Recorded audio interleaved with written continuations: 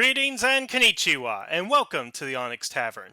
I'm your host, Rick the Barkeep, bringing you episode 155 here at the tavern, presented by HeroTaku.com. And now, patrons, I give you Mr. Alan Palmer, better known as Corcus, the Black Alien Ranger. Mr. Palmer, how are you doing today? I am doing great. Thanks for having me, Ricky. Well, thank you very much. I really want to talk to you today about your experience on the set of Power Rangers or Alien Rangers, whatever they called it. But before we talk about when you actually worked on it, I'm really curious. What were your thoughts about Power Rangers before you got involved with the show? Well, to be honest with you, Ricky, we because we were right up at the front, one of the first couple of seasons, it hadn't been out there very much, and it wasn't really super popular yet. So I didn't know anything about it, and I happened to be working with the casting director. She was producing a show that I was directing. And she just asked me if I wanted to come in and audition. So I really knew nothing about it and just went in blind. Okay, and when you did get in there and then they told you about the premise of the show and everything, were you excited about working on this project? Yeah, it was fun. Everybody that we worked with on the show was incredibly kind and fun. And, everyone, uh, what you have to realize is each job you take is a job. This is, what you do for a living. So when you go into a job, you make the very best of whatever the situations are, and you try to enjoy what you do. And because I chose this for a living, I find only good in what I do, and it was a really fun experience getting to meet everybody that I worked with on that show. Okay, and when you actually went into the audition process, basically everybody who had came before you had to do stunts or martial arts or had gymnastics backgrounds before that. Did you have to do any of that or have any of that background?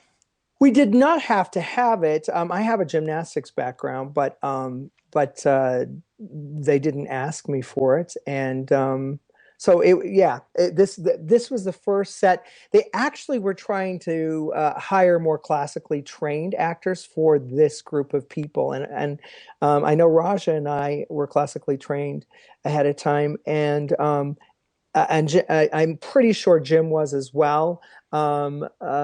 And Kareem and David, I'm. The funny thing is, we all had similar reads.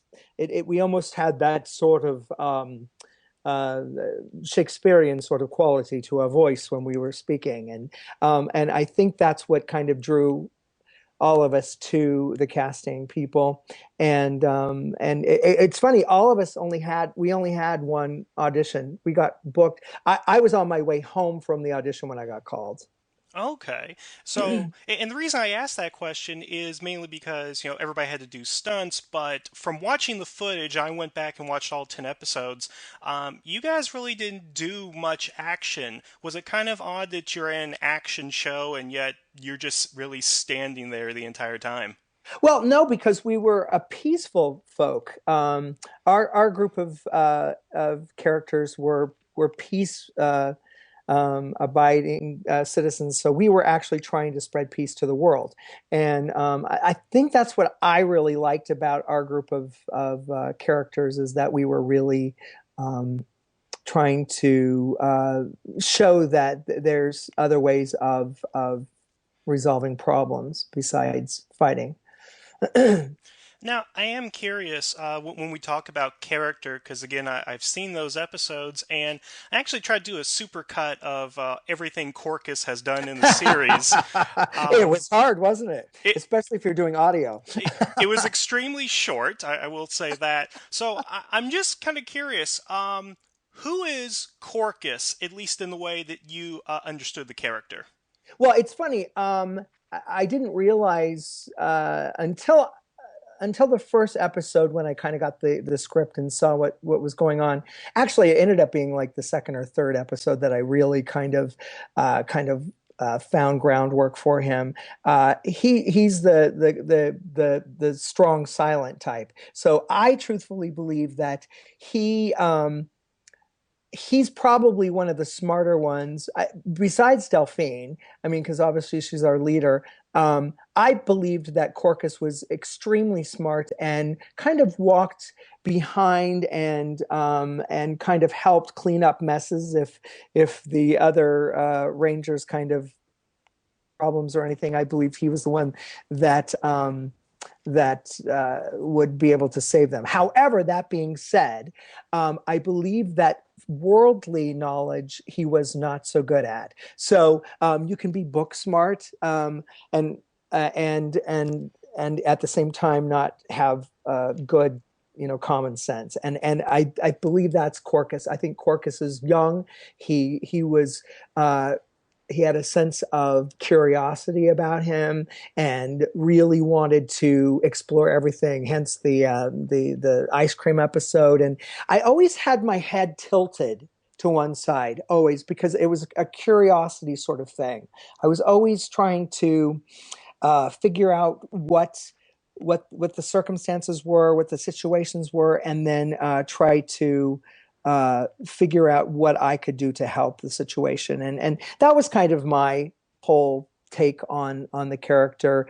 I had to make a lot of a lot of decisions based on no dialogue. And I guess to that, how much was there direction given to you in the script, and of course by the director, for this character, or was it really something you had to kind of develop with almost nothing there? Well, the directors, it's interesting. Some episodes we'd have like two or three people that were actually directing. Uh, so they would basically their job was to get us in the right places, to have the look right and all that, and then we had to bring the rest of it to the table. Um, so it was interesting. There were a couple of episodes, and I can't remember who it was directing, and it was an Asian gentleman, and he didn't speak English, but he spoke, I believe, German Hmm. or something. And so he would tell he would speak German to another guy who then would speak English to us. So it would be like a three, like a dominoes effect of three people. So he'd go da da da da da da, and then you'd hear da da da da da, and then all of a sudden he'd go, he wants you to stand there, and then it would go on from there. And there were two episodes where that happened, and I was so enthralled with the way that it worked, and it was like a fine oiled machine that they just knew how to work with each other well, and it was fun. That was really interesting to me to watch the way that they directed the scenes. And was that true with the ADR that you had to do? Was there that same kind of direction, or does ADR have like a separate director for that? Yeah, the ADR has a sound editor that is in charge of cleaning all this, the voices, the sound, the music, all that stuff, and sound effects, and that's what his job is. So we'd go into looping for those things. We do, and and he would, but I mean, I'm sure the director had made notes of what needed to be fixed, but the ADR, the sound engineer, actually had to know what he was wanting and what he was looking for with our sound. It didn't take very long to do the ADR work each week, but it was clear out, and it was about 42 miles away from my house, so it's a journey. Okay. And as far as this domino effect with multiple languages and so forth, anything unusual or hilarious happen from that, maybe? Well, I just found it funny to hear the director say probably 20 words and then it going down to 15 words, and then the guy goes, no.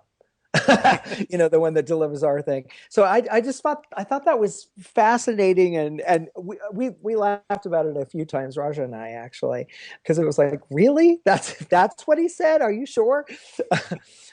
Sometimes we felt like we were being punked because he would go on this tangent of talking, blah, blah, blah, blah, blah, blah, blah, blah, blah, blah, blah, and then all of a sudden we'd get, he wants you to stand there, and that Okay. was it. So we were like, okay. Okay. Now, one of the more unusual things about Alien Rangers is that our principal characters, Tommy and the cat and all them, are not in those episodes. But did you get an opportunity to interact with the primary cast of the show? Actually, Tommy was Dave Yost, Billy. Billy was with us. The rest of them ended up coming to say goodbye to us. So we worked with them. I think we worked with them on 2 episodes. But Billy, we worked with for most of it. I think we had 2 episodes that we didn't work with Billy because it was young Billy, and he was such a good little character as well. The young Billy, um, all those kids were amazing actors. And then once Dave Yost came into it, it became a different dynamic, and he was, we were helping him and he was helping us at the same time. So it was kind of a neat little network, and all of them were extremely nice to work with. And you know, the thing is, um, when you're doing these kind of things, we're all peers. We're all in the same situation, the same boat. There's nothing. We're all the same. Do you know what I mean? And so we're like-minded people. We're going to obviously find things that interest us that are similar, all that kind of stuff. And so every single person that's on that set, because they're doing what they love to do, hopefully that's what they love to do. Um, they're going to be as kind and as helpful and wonderful on set that as they can be. And to the child actors, the adage is don't work with children and animals. So, how difficult was it to work with all these children? It was not difficult at all. As a matter of fact, I've worked with kids many, many times. I don't believe the adage. I believe there's some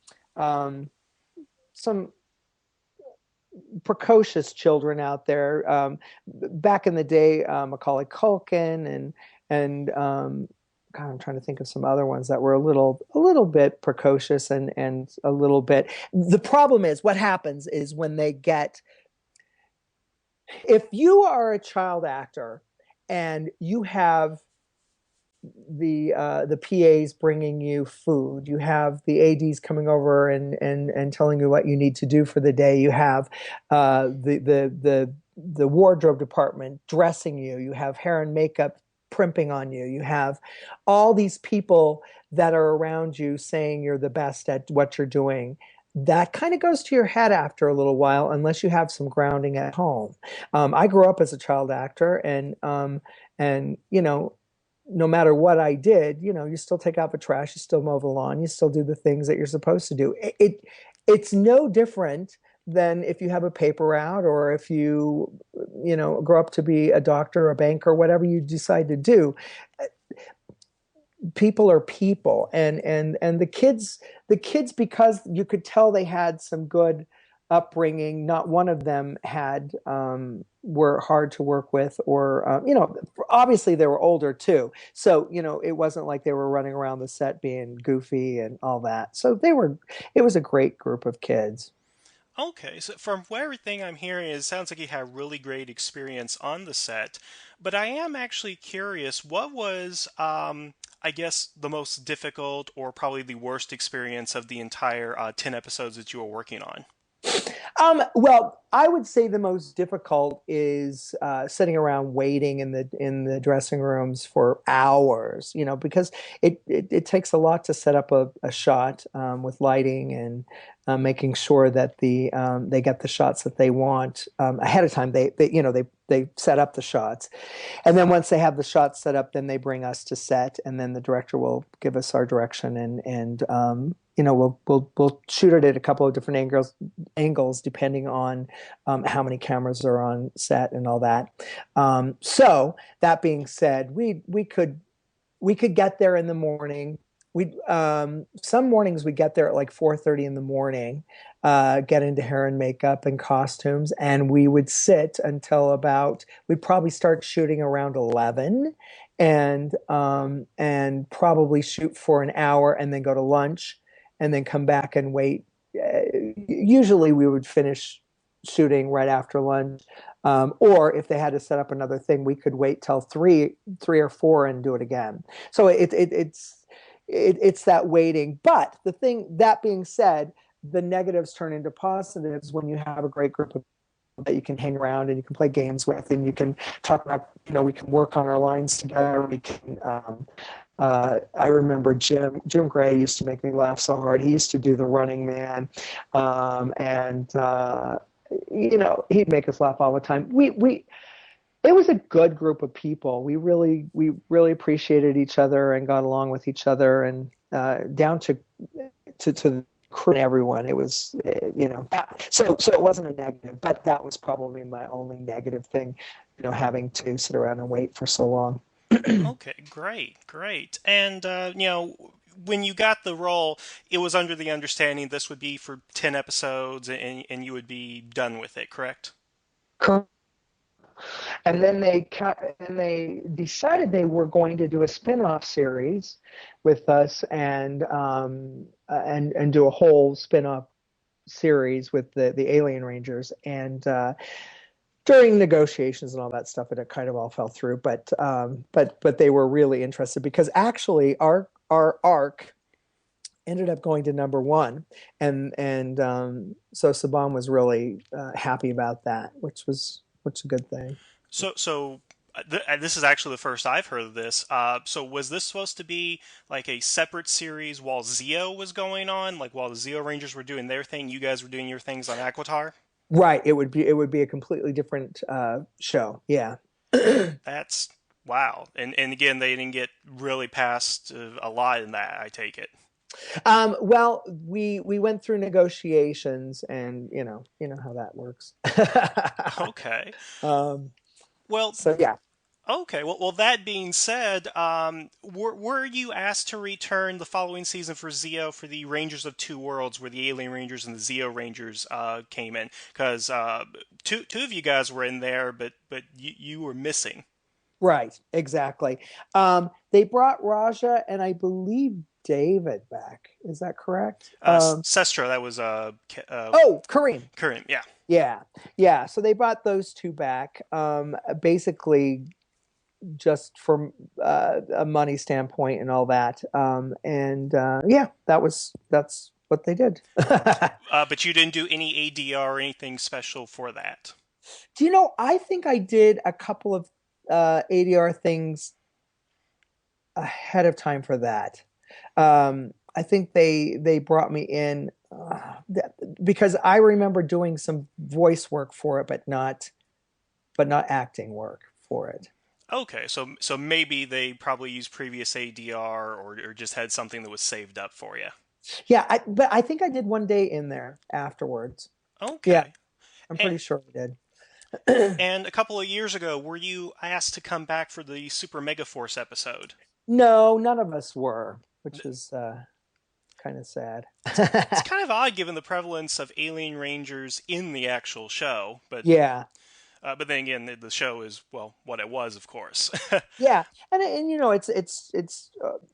I guess our arc was 21 years ago, so they probably um, didn't even attempt to look for us at that point. The truth of the matter is that most of the Power Ranger community is not that big on the Alien Rangers, probably Yeah. because of the brief amount of time.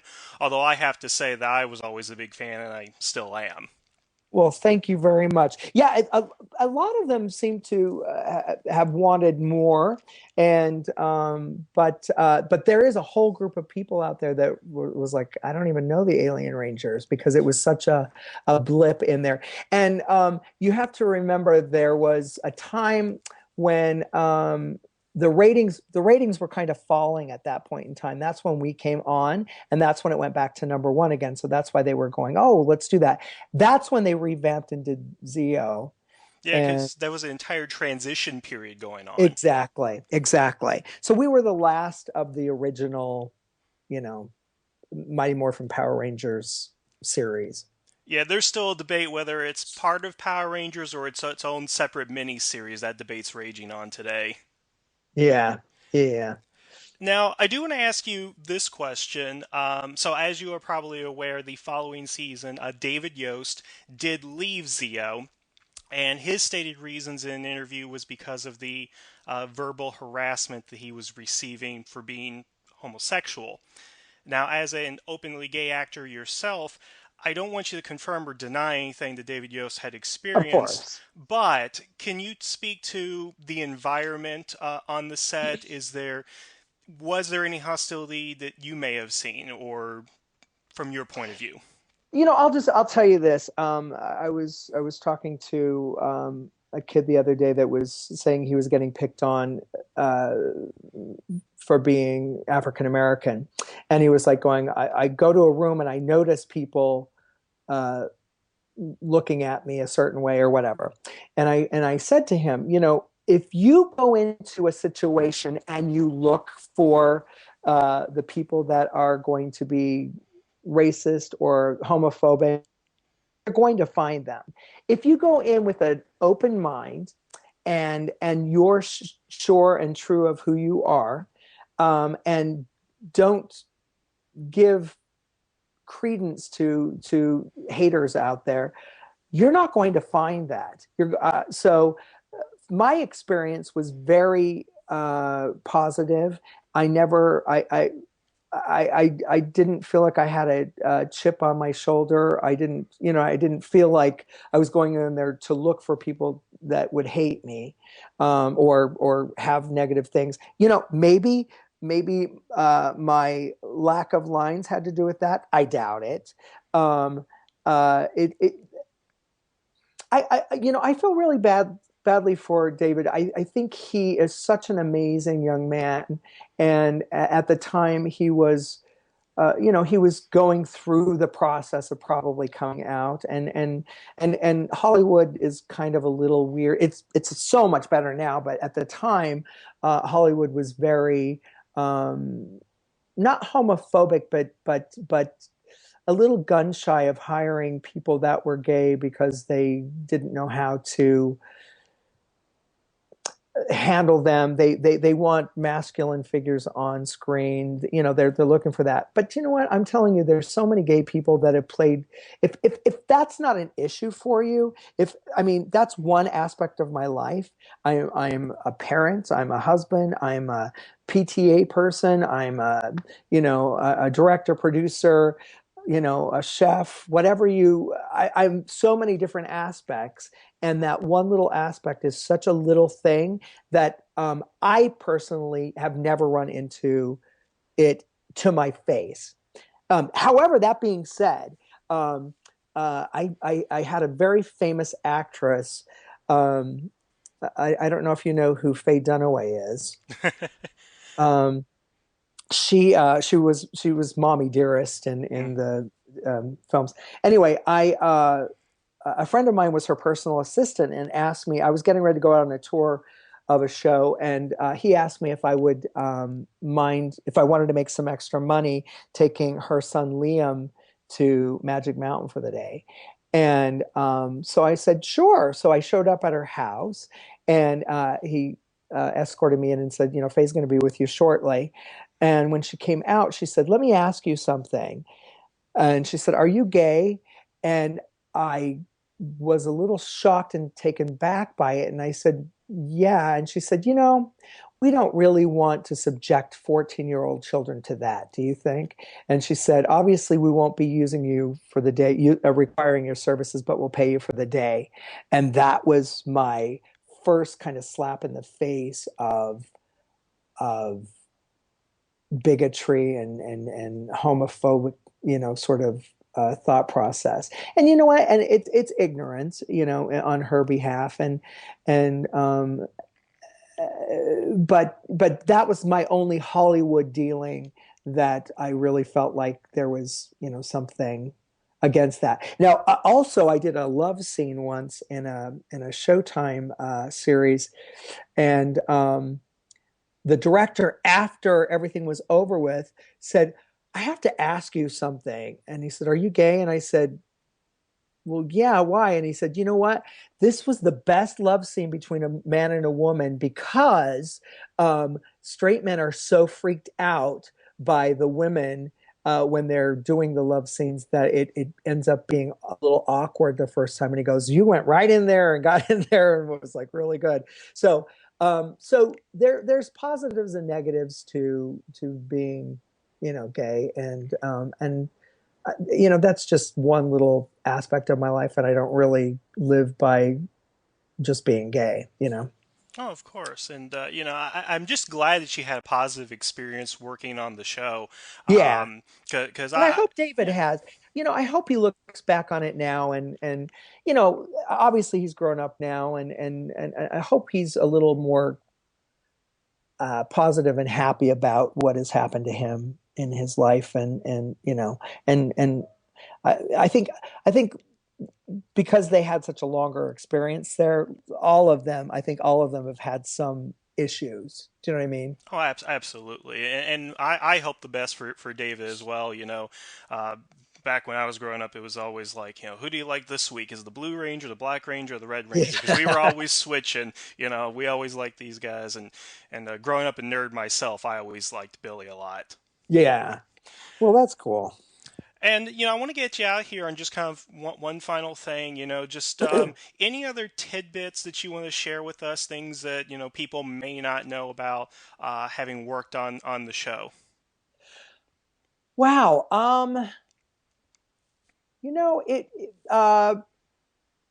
It was a pretty standardized set.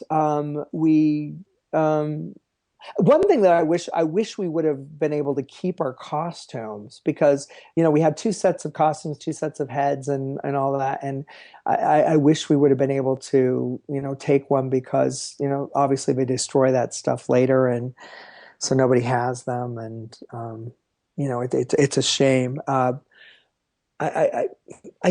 I wish they would bring everyone back, everyone that's ever worked with them, and try to you know do something where everyone comes back for one last time because it's so fun to see these guys at the conventions and um, and it's obviously we have that commonality that we've all worked on this show and some of us have given up the business and some of us have stayed in it and it's just kind of neat to see the people and appreciate the work that we've done.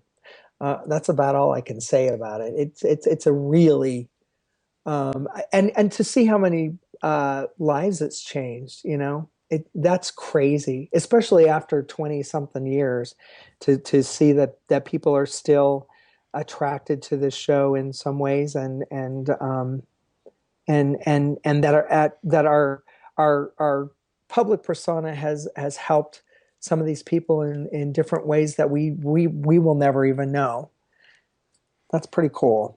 Absolutely, it's very cool. Well, Mr. Palmer, I want to thank you so much for joining us here today. On behalf of myself and the entire Onyx Tavern fan base, just thank you for giving your unique view into Power Rangers. Well, thank you, Ricky, for having me, and I look forward to meeting you in person one day. If you fly over to Japan, I'm going to be here for a while. That sounds great. Thanks for your hard work over there. All right, well, thank you very much, Mr. Palmer, and you have yourself a good day. You as well.